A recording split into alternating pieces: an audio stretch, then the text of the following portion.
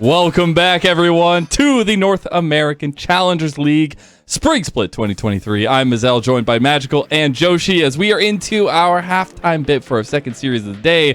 And I've got some fun for you guys today, because I've got the NACL Safari lined up. So we're going to take a stroll down NACL, and I've asked some players what their favorite exotic animals are. So it's not just house cats. It's not just house cats. For everything. Okay. It's not just house cats.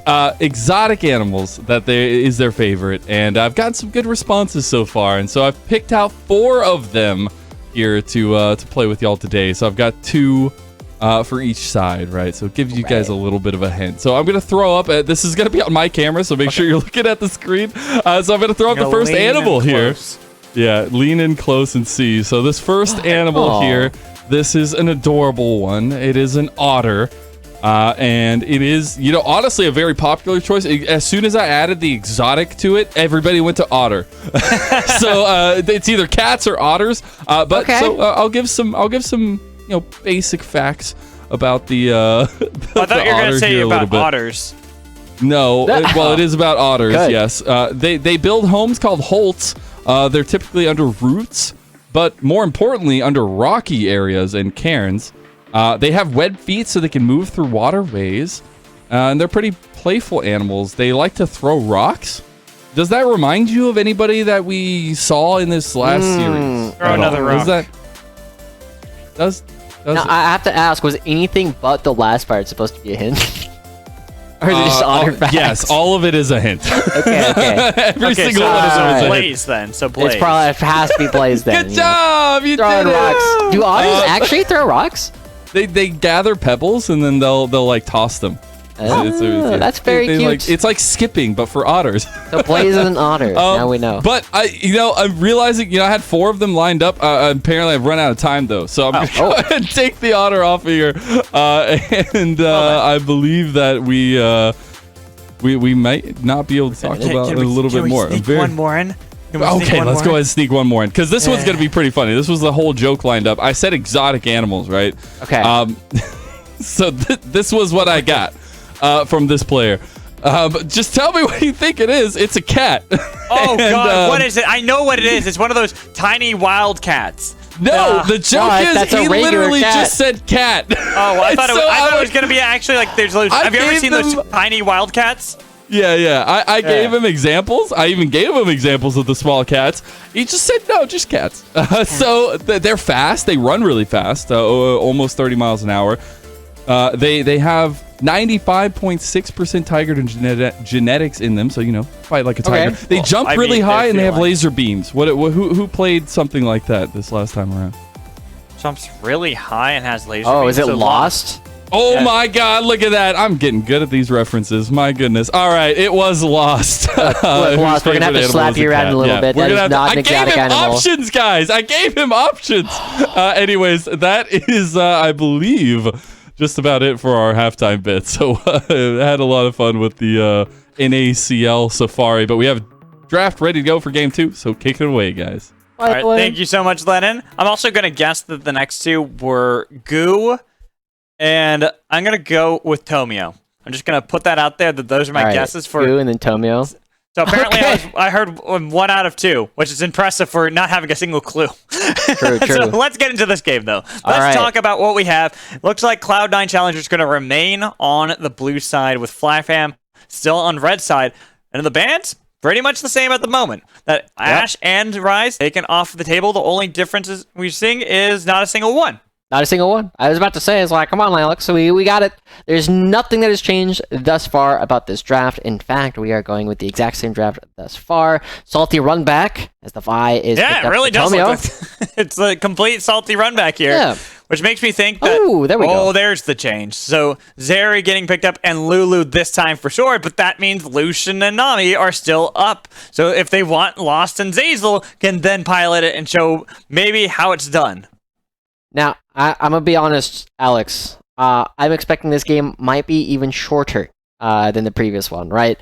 This was a lane that Lucian and Nami are supposed to be able to kind of crush. And if they don't crush it in the lane, they can crush it in the mid game. Just because of the amount of pressure that the Lucian Nami actually puts on the map. And this is a situation where Lost and Zeyzal were going even or better in the bottom lane on what's supposed to be the weaker half of the matchup. Lost and Zeyzal, I'm expecting them to start looking for a lot of 2v2 kills, and with Goo coming out on the Sejuani, I don't know if that's going to be enough support to actually get Instinct and Sword into the mid game safely at all.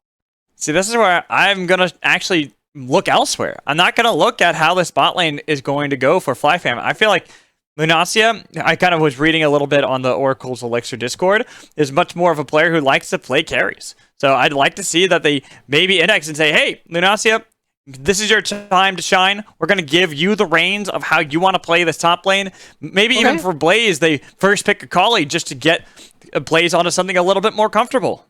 Yeah. I mean, that means I hope that the Sejuani goes into the jungle. We know Goo is not necessarily going to be somebody who is always going to be carrying the games, but they also tend to play a fair number of carry characters as well. So if we give Lunacia something that they can actually push Fake Out around on, that would be good. I would love to see them on something that they're a little bit more comfortable on, something that they can actually have a bit more impact on. I don't like watching teams as a whole just kind of play to draw, especially with new players, because yes, they're building experience, but they need to be able to do it on characters that they already have done a lot of limit testing with.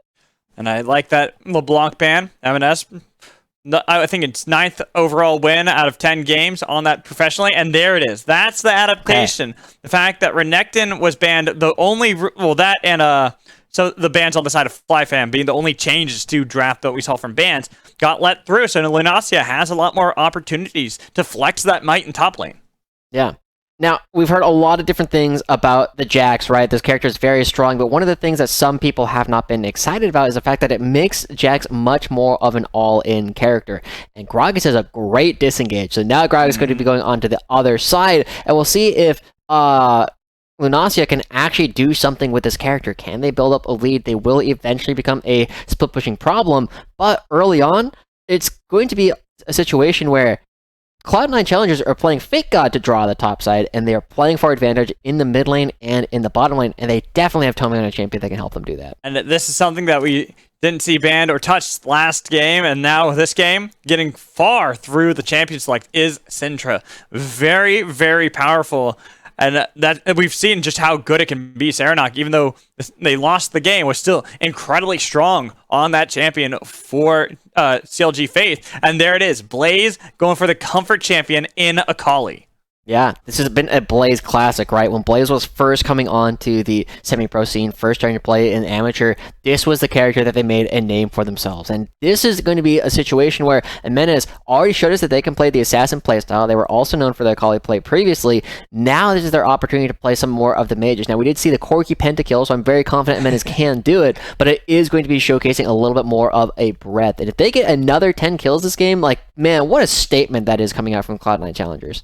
I mean, it's a statement, too, for M&S, a player that a lot of people criticize coming in just with behavioral problems, to then prove, hey, I am insanely talented. Yeah. This is why you want to look at me. We can work on the behavior issues like you've done with Incarnation/Jensen Malice, Shaden in the past. I'm going to be the new carry of North America.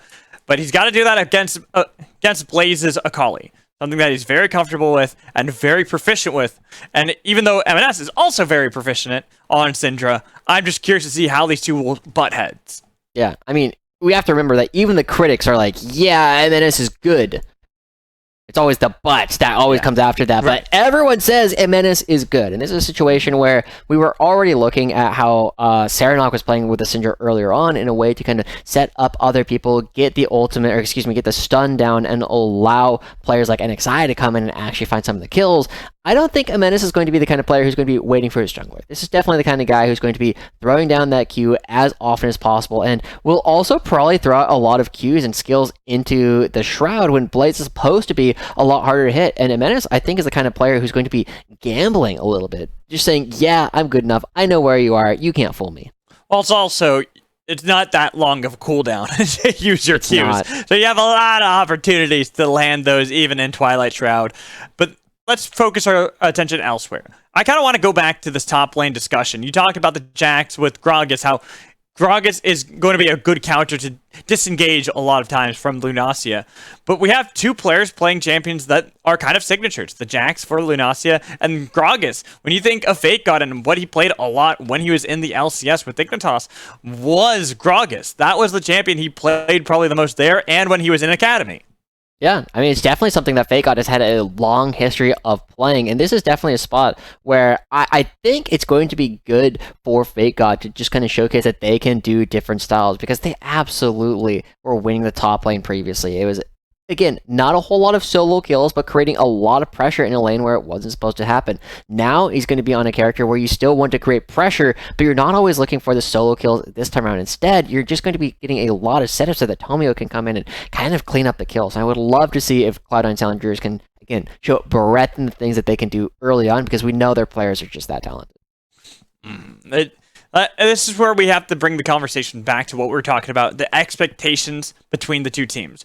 We expect the fixed team to be the team that is stronger than the provisional team. It's more, how does the provisional team find shining lights through these games against really tough opponents like Cloud9 Challengers. This is why I think the bot lane isn't going to be that big of a focus this time around. Last time, unfortunately, Instinct and Sword struggled, even when they had the better matchup of the Lucian Nami into Zeri Lulu. This time, they're the ones put on the back foot initially. It's going to be this top side of the map. Yeah. Lunacia, Goo, and Blaze, I think that's really what I'm looking towards being the shining light for FlyFam. Yeah. We'll see, right? I mean, in their previous game, it was absolutely all about the Cloud9 Challengers roster. Fake God, Tomio, and Jimenez just were not allowing FlyFam to do anything. So we need to find a little bit of that light. We need to find something for FlyFam to actually do in order to build themselves up. And I have a lot of hopes for this team. I actually think that this team can potentially go far, but just as with a lot of the other provisional teams, it is a lot of young talent that has not necessarily had a ton of time to prove themselves.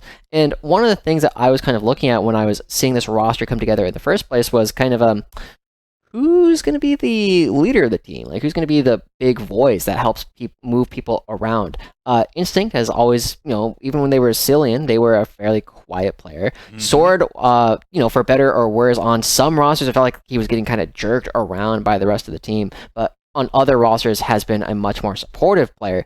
Blaze, from what I understand, is also a fairly quiet player, and Goo, also, from what we understand, fairly a quiet player. So the big thing that I want to see from this team is kind of a cohesive game plan, and maybe that's something that Lunacia is actually going to be a big opportunity to help the rest of the team build up. But as a rookie, that's hard to do. I will bring the conversation back to Sword on his shot calling, because I think that was something that he was working on intensely on 100 Thieves Next with Insanity. Because Insanity is a very vocal player, and we'll talk about where he wants the team to play, what they should play around, how they can play around it. And Sword was picking up a lot from Insanity during that tenure together. And so when I look at this roster, that's what we really have to look at, is the growth of Sword as the main shot caller, the player that is going to lead the charge for the team. But even though playing things like Lulu, the Nami before isn't necessarily going to be like, yeah, I'm the one in the front of everything, I'm not going to necessarily be silent. I'm going to tell everyone what to do. I am hearing we're going to toss to a break. There's a reason why we've been rambling. There has been a little bit of an issue. Hopefully we'll get that resolved shortly. Until then, we'll be right back.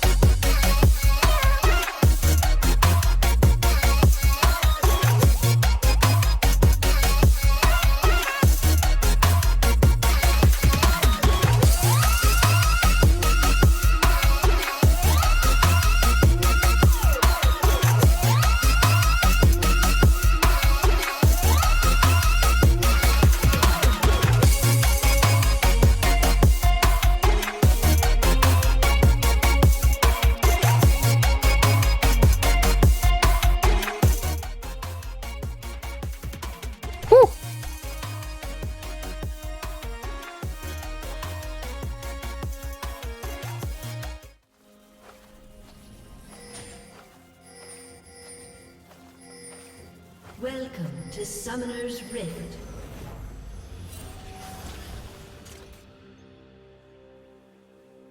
Yeah, Cloud9, I'm really looking at Lost and Zeyzal. I think they are likely to be the big stars of this game. On the other side, again, we have to ask if Lunacia, Blaze, and Goo will be able to try and find an arms race to build an opportunity up that one of them will be able to carry. Blaze on the Signature Champion, on the Akali, looking to showcase that Game 1 was a fluke. Well, and like I said, we have to temper our expectations. We don't want to set up FlyFam as like they've got all, you know, this is how they're going to beat Cloud9 Challengers, because and they're going to be just as equal. Mostly because that they weren't developed as that team. This is a team of much younger players looking to develop over the next year or two to get to 3 years where they'll finally feel comfortable enough to either play with the Challengers permanently or even get their stint in the LCS. And as we do that, I like the fact that Instinct and Sword are already moving up, taking a little bit of control of the lane right off the bat. It does, you know, blunt a little bit. I said the level 1 is where I feel Zeri Lulu can fight back. It's not going to be the easiest it's tough, thing in the world, but it's better than letting the level 2 experience lead go over uncontested to Lost and Zeyzal. Right there. It's a trade of damage on the support. It's supportive combat. But the fact they're even putting up a little bit of resistance is a good sign for Instinct and Sword. They just can't die in the meantime. Yeah, but the thing you have to remember, Alex, right now, even though they're trading damage back and forth, is one of these bottom lanes has a heal and the other one does not, right? Zeyzal, he has to burn his mana in order to keep them relatively healthy, but the damage on Zeyzal does not stick nearly as hard. And now, level 2, it does go over to Instinct and Sword. Oh, but they got it right away, too. Yeah. So Lost Zeyzal will not lose out. In fact, they can play very aggressive, getting the flash and heal. Ignite? Out of Sword. The Ignite shouldn't finish off the kill. There it is, the shield enough to make sure there was no death. But now Instinct is alone against Lost and Zeyzal for a long time, meaning that that lane is forfeit. Yeah, super, super close. Almost picking up Sword right there, and that's going to be a big experience loss coming out for this support. But, ooh, the damage in the mid lane as well. We're not seeing the same kind of explosion in terms of CS, but that was something that happened slowly over time, right? You nickel and dime your opponent every single opportunity you have. But the big thing that I'm worried about now is, will Sword be able to stay alive? Sword staying alive. He's back into the bot lane fairly quickly. I like this. Ooh, I like this too. This is what we're talking about. The highlights, the moments to show that you've got this macro play. Even though Tomio was in the vicinity, he was waiting for Lost to do the dash forward, and is now looking for the play. The flash in as well, looking for the stun onto Lost. Will it get it? Now Instinct nearby. Lost taking a lot of damage. The flash in. Nice. First blood for the FLYF. That's super cool. I really like this coming out. Do they get anything else? Do they all get out? They do. Tomio not able to get on in, but knowing that the flash was committed, FlyFam, they dropped 2 camps. They skipped the blue and the Gromp in order to make this play happen, and it was much needed gold coming through. There he is. There it is. That's why we had the delay. You could see the disconnect, reconnect really quickly from Lunacia. That's why we had to get back. You know, we had to wait and drop the time a little bit. But let's get back into the spotlight. And it is very impressive from the entirety of FlyFam. I love, like you said, Goo going for this play so early into the game. Yeah, I mean, all the first strike gold coming through. Without that dash forward, I'm not convinced that this play would have worked, right? Not at all. Goo didn't have a real opportunity to look for the Q. You would have to Q flash, and even then they would be far enough away of punishing the over-aggression coming out from Lost and Zeyzal, really preying on the fact that you have to kind of do these unexpected things in order to find advantages. Then let's go to the discussion that I had brought up before. I was looking at the solo lanes, the top side of the map for FlyFam. They are struggling.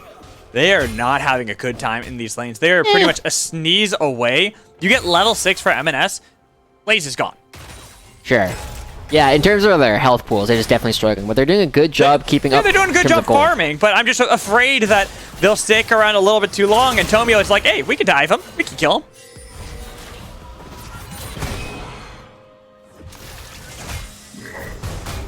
Did I lose you? I think I lost Josh. Did I lose everyone else? I guess I'll talk for a bit. Just see what's going on here.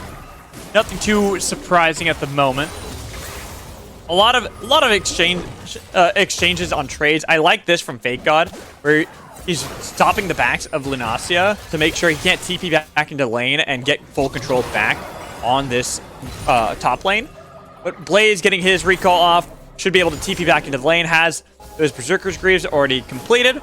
Should feel fine. I hear clicking, which makes me think that maybe Josh is back. Oh, haha! You are back! Alright. I could hear you the entire time, so, you know. I couldn't hear you for a while.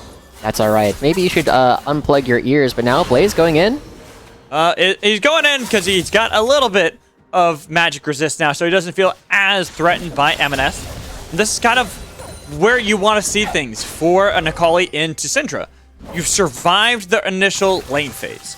Yeah. Now you've got, I'm sure it's only the Berserker's Greaves. Not what am I saying? Mercury Treads. Merc Treads. There we go. I know my things. It's only the Merc Treads, but it's still enough to make sure that now you'll farm up really easily against M&S to the point where you should be able to get that half item that you can spike against and look for an assassination. Yeah. We'll see if they can actually make that happen, right? It really comes into their own around this level 6, and we will see if Blaze will actually be able to do anything. But look at the bottom lane at the same time. The damage getting traded back and forth, you know, nice is bubble. Cool. But a 20 CS lead that's already coming out for Lost and Zeyzal, that's with First Blood for Instinct. Yeah, that's with First Blood. Yeah. This is the difficult thing. The Lucian Nami lane into Zarya Lulu. This is what we expected to happen in the previous game. But Lost and Zeyzal, being veteran players who've gone to Worlds themselves, who've shown up many times in the LCS, they're proving why these are their conversation starters. Players that we've seen either remain in the LCS for a while despite not being on the best of teams, if you look at Lost, or coming back into his own after having played with Cloud9 and Evil Geniuses in the past and having about 2 years off. Yeah. And now we'll have to see if Zeyzal continues to do the Zeyzal thing, right? At almost 8 minutes, will they go up towards the top side of the map, or will they continue to stay down here in order to continue bullying the lane? It looks like the answer is they want to make sure that they can get Lost as strong as possible. And, I mean, with Instinct still at half HP. The next crash, though. Oh, these bubbles, though. Zeyzal has landed so many bubbles, it's been insane. There, the Polymorph came out to deny an initial kill onto Instinct, but the Calling getting a lot of damage on his sword without having level 6 either. Had to flash just to escape. And now that they've gotten that, they should crash this mini wave, maybe look for a kill onto Instinct, and then rotate Zeyzal into the top side of the map. Yeah.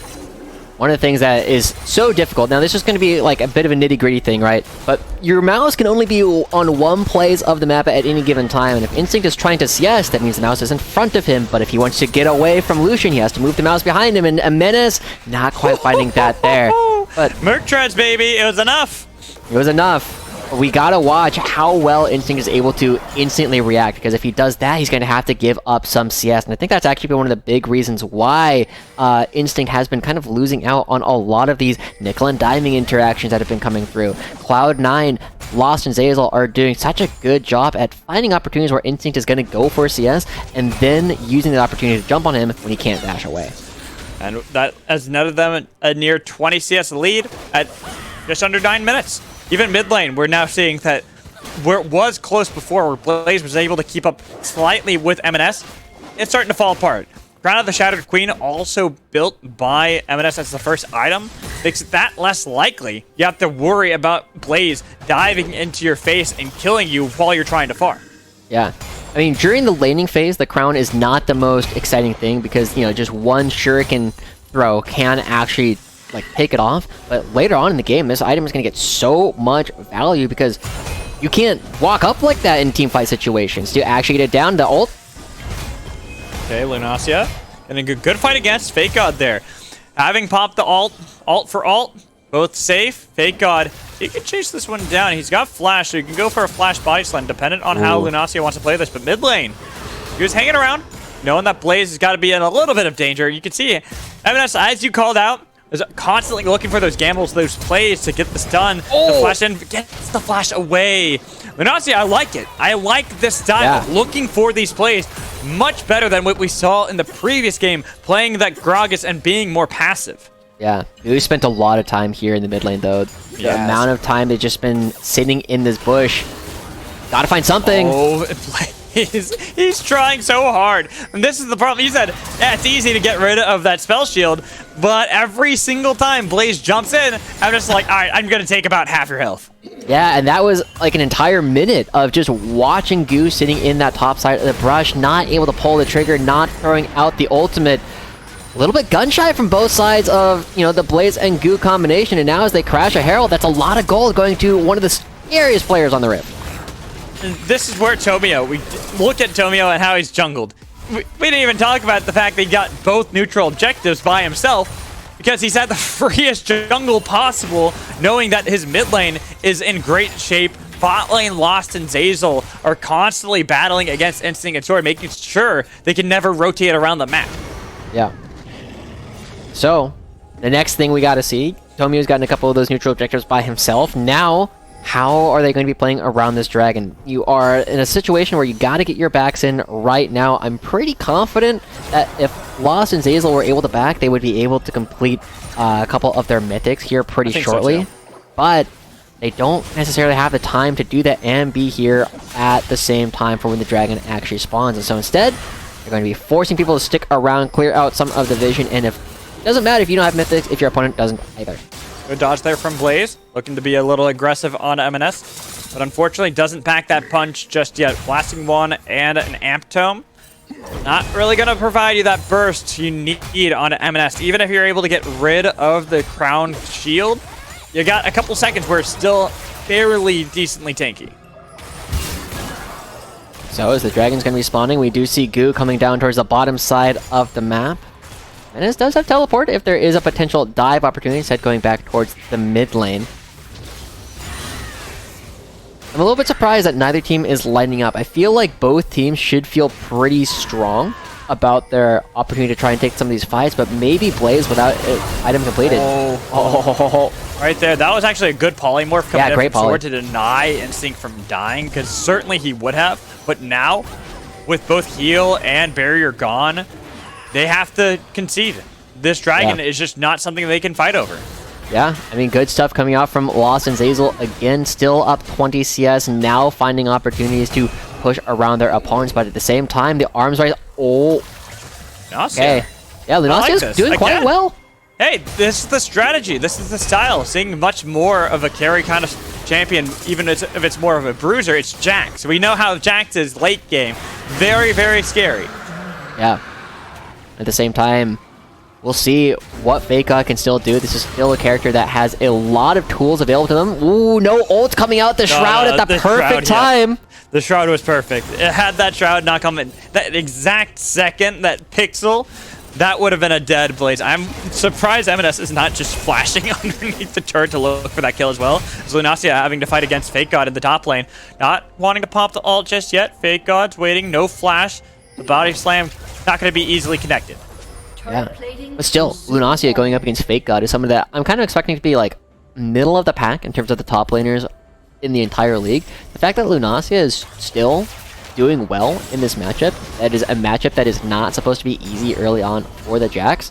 Quite excited to see what Lunasia can actually do once they get the item completed, once they have their Divine Sunderer, or if they will just kind of be in a situation where they never quite do anything. That's one of the troubles that a lot of newer players have, right? Is they don't oftentimes have that killer instinct to just try and make some of these big fights happen. So looking at the gold and how that's allocated, there's not really that gargantuan lead like we saw in the previous game. Well, the mid lane's pretty big. I don't know, but it's still not. It's not as gargantuan. That's true. That's true. That's like, yes, there's a lead there, but it's not like the 3,000 gold at 15 minutes that we saw previously. So we count that as a win for FLYF. And right there, getting rid of the shield. That's also a win, but you still got to be careful because Tomio's nearby. They missed the ult onto MNS so he could flash away, and Tomio's enough to scare 4 members of FLYF away. Really good movement, actually, from MNS, right? Like, moving down away, making sure that the Glacial Shroud, or excuse me, Frozen, whatever, the ultimate doesn't hit, and then immediately flashing over as soon as it goes off to make sure that you can get away from Instinct and Sword. Honestly, just like some of these small things is why MNS is so scary. So I like this. Goo on the other side looking to try to fight against Lost and Zeyzal. That's going to be a lot of damage, though, forcing out the Wild Growth just to keep the tanky jungler alive. And then Bubble lands on Instinct, so he dives to Lost. Zeyzal cannot miss. in the past 15 seconds, we saw a 2v3 kill coming out from Lost and Zazel. Menace took mid lane turret, Tomio took the Rift Herald, and now they're threatening this dive top lane. Cloud9. Though, gonna go for a double stun, getting a lot of damage. That's gonna be Assault and Battery pushing away. Lunacia, he's still alive, finally dies, though. Nice flash there with the Vault Breaker.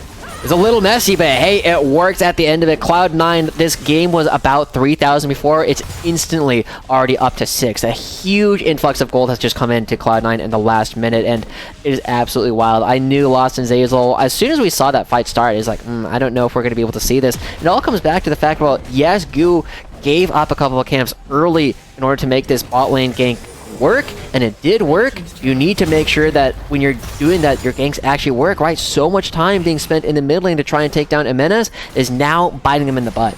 You see a 2,000 lead that C9 Challengers had balloon up to, I think, what, 6, 7,000? Yeah, like 6. Yeah, something ridiculous like that.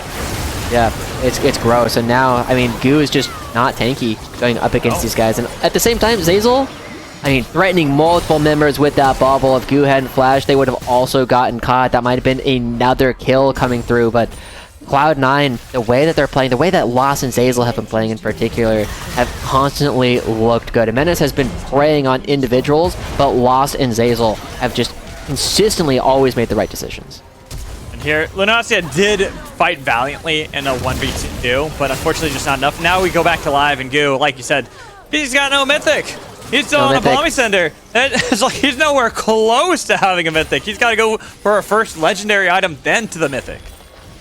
So we'll see what they can actually do. Blaze looking to try and do literally anything, but with the next dragon spawning in only 50 seconds, this is where Cloud9 can get a lot of their resets off, spend any gold that they have, and you see that Jimenez doing just that. They're going to be crashing a Rift Herald. This should be a dead turret as Lost and Zazel walk up. And this is pretty much what we expect from a fixed game against Provisional. Early game, it was nice to see some plays attempted by FlyFam, showing that they have that life, they have that ability. Of course, they'll need some time before they can perfect a lot of that, but it's still nice to know that this is not going to be a team that's just going to roll over. They're going to constantly attempt things. Like the first game, didn't really get to see that. Here, we get a lot more spunk out of them.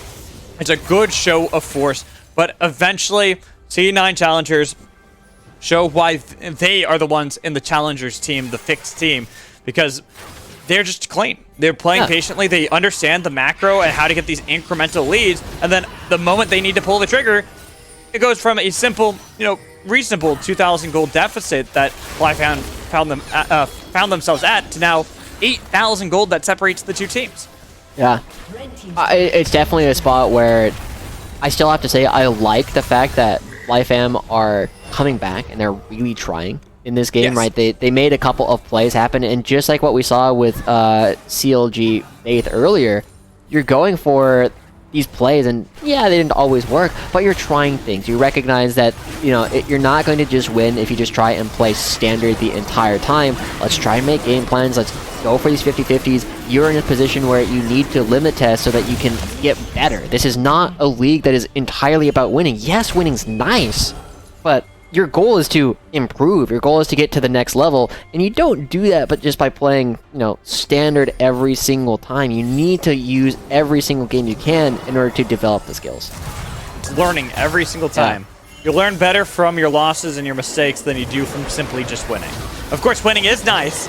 You're never gonna not want to win, but it's a learning experience. Now, Gord about to learn what happens when you stay pretty far out, and that's gonna just be the ult. Bada bing, bada boom, the alley-oop was too easy. Yeah, go ahead and sheath him right there. I think he's a little bit out for the count, but that is his first death of the game. A lot better than what we were seeing in the previous one. And also, shout out to both Blaze and Lunacia. The number of deaths that they have this game is way lower than we saw last time. Well, Blaze just died there, unfortunately. You cast cursed it. Yeah, my bad, Blaze. We'll figure it out. But as another turret goes down, we are very rapidly approaching similar territory to what we saw in our first game, Alex, as Cloud9 are looking for something. But Lunacia, does he get this turret? That'd be a big win. He might be able to. Let's watch. He's still trying. Everfrost came out. Takes only a little bit of damage from Fake God. He is getting to that point. Divine Tsundere has been completed by Lunacia. Still needs, I think, a Blade of the Ruin King before truly a split push menace that nobody can deal with. This is why Tomio's like, hey, let's slow that down there, pal. You're not gonna get that much gold. We're not allowing you to snowball out of control. Slam you down with the cease and desist. Bounce him around so Fake God can get his first kill. Yeah. Small thing there, again, from Tomio, making sure he saved the ultimate for when the Counter-Strike came through and he wasn't going to be able to get away from the stun, to make sure that you still do some damage, you're not losing a ton of time, and also making sure that Lunacia can't flash away in that moment, because you are also unstoppable. So, small thing coming through, but I do like when players showcase that they are thinking about the game. They do everything, they cross their T's and dot their I's. That was just a Q auto there on the instinct. That's a lot of damage at this point. I mean, you'd expect that when you have 2.5 items, or almost a third item completed compared to just the 1.5 on the other side.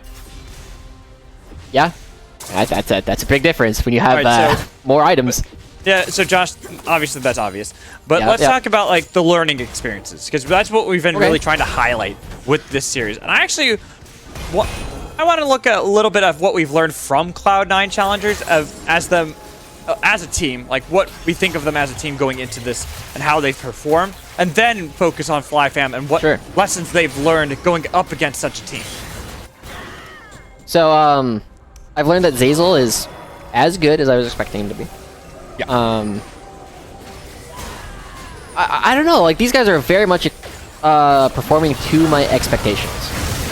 Yeah, same here, because just look at that damage on his sword, missing the ult, the side steps, making sure they bounce them to the wall so there's no escape, even though Instinct will barely escape. You can see that the rest of Cloud9 Challengers are on the hunt. That's a big blast cone. They could have used that to continue the chase, but instead they're playing it clean, they're playing it methodically, they can back off and look for another objective.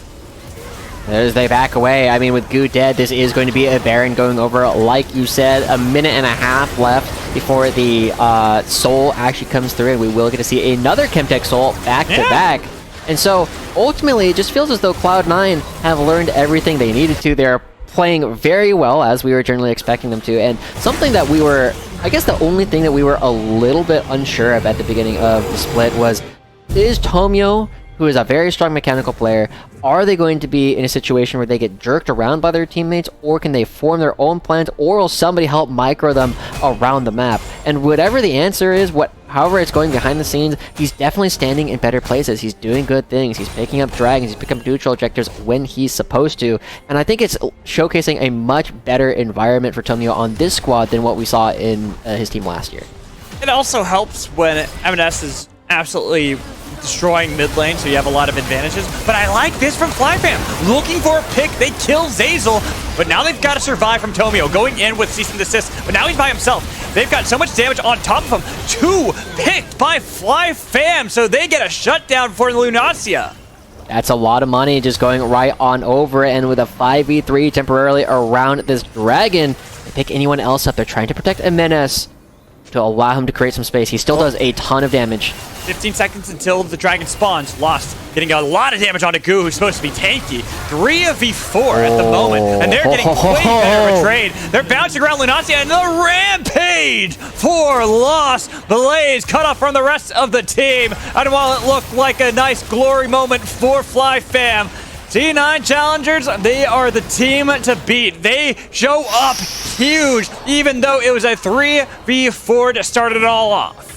Absolutely nuts stuff coming through from Lost, Fake God, and Jimenez, right? The execute coming in at the very end. He's already at 111 Cinder Bucks at only 24 minutes. He's doing absolutely crazy things. And so far, I mean, we're getting to see why Cloud9 has been such a dominant performer in basically every year. They tend to get a lot of veteran players. They've oftentimes used it as a way to bring in players if the main roster ever needs them, and they are showcasing why they deserve those slots. And here they will end this game. It will be indeed faster, like you called at the beginning of the game, Josh. They've taken down 2 Nexus turrets, 1 final fight inside of the base of FlyFam. Dodging away, but here's the tidal wave, not connecting onto anybody. Nice cleanse came in with that with just using the spell shield as Blaze was able to dive into the backline. Now I can get my footing back into this game like FlyFam are. Okay. They bounce back into that fight. They take 3 total. M&S is going to be the big raid boss, though. They gotta be scared of how much damage the Syndra can do. They're looking for the pick. Blast Cone far enough away. Scatter the weak 2, creating distance. Okay, FlyFam actually fighting back. They can get themselves a dragon. That's a big bounty that they actually picked up. But like you were calling out, this is an opportunity for them. We saw this situation very nearly happen before. Jimenez still walking around. Maybe he'll be able to do something already. Let's take a look at this replay. Yeah, Blaze is on this signature Akali, right? And he was really the hero of this fight. They're just constantly looking for ways to get in. And finally, even though the spell shield comes through for Jimenez, Blaze is still able to get towards the backline relatively quickly. The Shuriken flip lasts, and they pick up Lost, one of the biggest damage dealers on the team right now. Killing the ADC. Even if they would have loved to get MNS as well, it's a big play for FlyFam. It gets them their first Dragon of the game, denying Soul for another 4.5 minutes that Cloud9 Challengers could try to get. Gets them that shutdown gold. The only problem is looking at that base, there's nothing defending the Nexus. There's not a ton of backdoor threat coming out from the Cloud9 roster, but it does mean that you always have to bring in... What do you mean Lucian, baby? You send the Lucian over there. Yeah, but then how do you hit any of the other objectives? What? How do you hit any of the other objectives? What other objectives? You hit the Nexus. Oh, okay. It does give you 50 gold. It is the most important thing, if you ever need to complete an item. But they start moving forward. Cloud9 still have total control of this top side of the map, right, Alex? They are still looking for something. We saw... Okay, I was worried that Tommy was going to jump over the wall right into the rest of them because I think they could have killed him. I was thinking the same as 3 members are gathered here for FlyFam looking for the pick. They've got Zazel, but he's doing so much to create a lot of space as Lunasia has to get the wild growth. The flash is coming in. Bubble onto another. Goo is in danger. He's in danger. So the rest of FlyFam who have to run back to the base. Scatter the Weak connects onto Lunasia, and they look to slow him down. Finally, the barrel gets him for Fake God. And with everyone else in tatters, nothing defending the Nexus, Cloud9 Challengers will finally take their rightful spot. Even if the game looked over before, it's looking dire now. And FlyFam, unless Blaze can pull off a miracle like he did before, I don't know if this game's going to last that much longer. They're looking for Blaze, who's on top of MNS, but they bounce him around. He dives back in, and he's immediately eviscerated. Same with Instinct. There goes the bot lane, and there goes the series. A 2-0 for Cloud9 Challengers as they look to top off the KDA, but Goo is too tanky. The way that Cloud9 Challengers showed that there is not a weak link on this roster. Tomio absolutely played that last fight like a monster, doing so much in order to prevent anyone from getting on top of his little Nami, making sure that they were able to stay on top. But great stuff coming through. Lost Zazel able to really have a big impact in the second game. Fake God also quietly 5-1-5. And then is absolutely monstering game 1. 10 kills. Most of them solo kills. Really showcasing this team is someone that all the other challenger teams really have to fear. I'm excited for what this roster can do, and I'm excited to see how many of them we will be able to get to that next level of competition. There's a lot of people who know that these guys have the skills. They just need to continue showcasing it. And we'll toss it to a break for now. We'll come back and try to break down more of this game with our host, and as well, get ready for our next series, so make sure you stick around. We are back here with the North American Challengers League Spring 2023 kickoff, and I've got the jungler here for Cloud9 Challenger, Tomio, after a breakneck 2-0 performance here. First and foremost, Tomio, welcome back to another year. How was your offseason, man? Did you have anything fun? Did you do anything amazing? Offseason's fine. Just chilling at home, spending time with my family, celebrating Christmas. Get anything good for Christmas? No, I just got money, but hey, all of the whole point of Christmas is spending time with whoever, Dang right. That's all that matters. Right. Yeah, it really is. That's what I think, at least. I'm glad you got your priorities straightened out before the split started, but now you are in their new split, and you're in a new environment here. After spending so much time with EG, what was the hardest thing to adapt to or change as you came over to Cloud9 Challengers? I'd say definitely playing with a new group of teammates. Okay. Just or change players, up the because last year I've been on EG for a while, so it's a lot different because new coaching staff, new managers, and like new players to play with. So it's definitely not easy to adapt right away. Yeah. Then what's been your favorite part of joining Cloud9? My favorite part is feels like a family here, because you get to work out in the morning with everybody, Okay. and you can build the strong bond outside of the game. I like to hear that. That's always definitely a positive, especially going into a split. But speaking of kind of that structure, the team, the environment, what is structure like in game for you guys? Are you the one primarily making shot calls? Is it Zazel with a lot of the voice? How do you guys kind of break down your objectives and your calls? I'd say usually could be Zazel. Okay. He's got a strong voice on giving ideas and saying stuff. Does he bring out the coach voice? And tracking the jungler? Yeah, he does, but he's still a player, at least in my heart, even though he was a coach. Love to hear it. Love to. I want to hear the Zazel coach voice. You guys do this right now. One of these days, maybe we'll hear it. But that'll be great. You were facing up against FLYF, which is obviously one of the provisional teams. You were picking Vi as well. Do you have any thoughts on the meta coming into the split? Is Vi going to be a mainstay for you now? Or are you going to go back to some more aggressive style junglers? Yeah, honestly, I just pick whatever my team tells me to play. But Vi is pretty fun. I just press R and they just die. So the Radiant Virtue build. Yeah, if that's enough to get the win, then I'll play Vi for the whole year if I have to. There you go. There you go. Well, do you have, speaking of looking at the year, do you have any junglers that you're looking forward to facing, or any teams that you're looking forward to facing? I don't remember all the rosters, but not really. Okay. I'm looking forward to face everybody. I don't have like a specific team or player that I can think of right now at the top of my head. Maybe like next time I can tell you, but yeah, I don't remember. I don't memorize all the teammates or all the other players on the. Yeah, I just didn't know if maybe you had a jungler specifically that you're going to look out for, or maybe you want a little bit of payback. You know, get some good games in against some of these top tier junglers that we have going on. Yeah. But I guess big thing for you, Tomio, then I want to ask you what your goals are for 2023, because I talked to you a lot last year and got to interview you a lot, and it was a long road, I feel like, to the end of the year. So now that you're coming into a new year, new face, new organization, new teammates, what is your deal this year? What are you looking for? My goal, of course, is always winning and doing my best and improving and for my teammates and how my team plays and what I can do or the best way possible for us to win together. I'll do whatever it takes. And getting first and be a strong team that people will be like, oh my god, we're against C9. We gotta focus up or something. But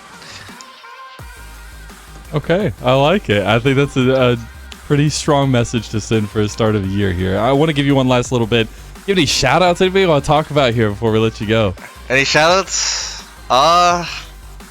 Not the top of my head, but if I had to think right now, I guess shout out to C9, shout out to our managers, shout out to my teammates, shout out to my coach, and yeah, shout out to them.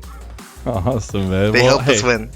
I think that's a pretty good structure to have. Well, shout outs to you, Tomio. Thank you so much for coming to chat with me, and enjoy the rest of your evening, as we're going to go ahead and send it off to a little break here before we get ready for the next series. All right, bye.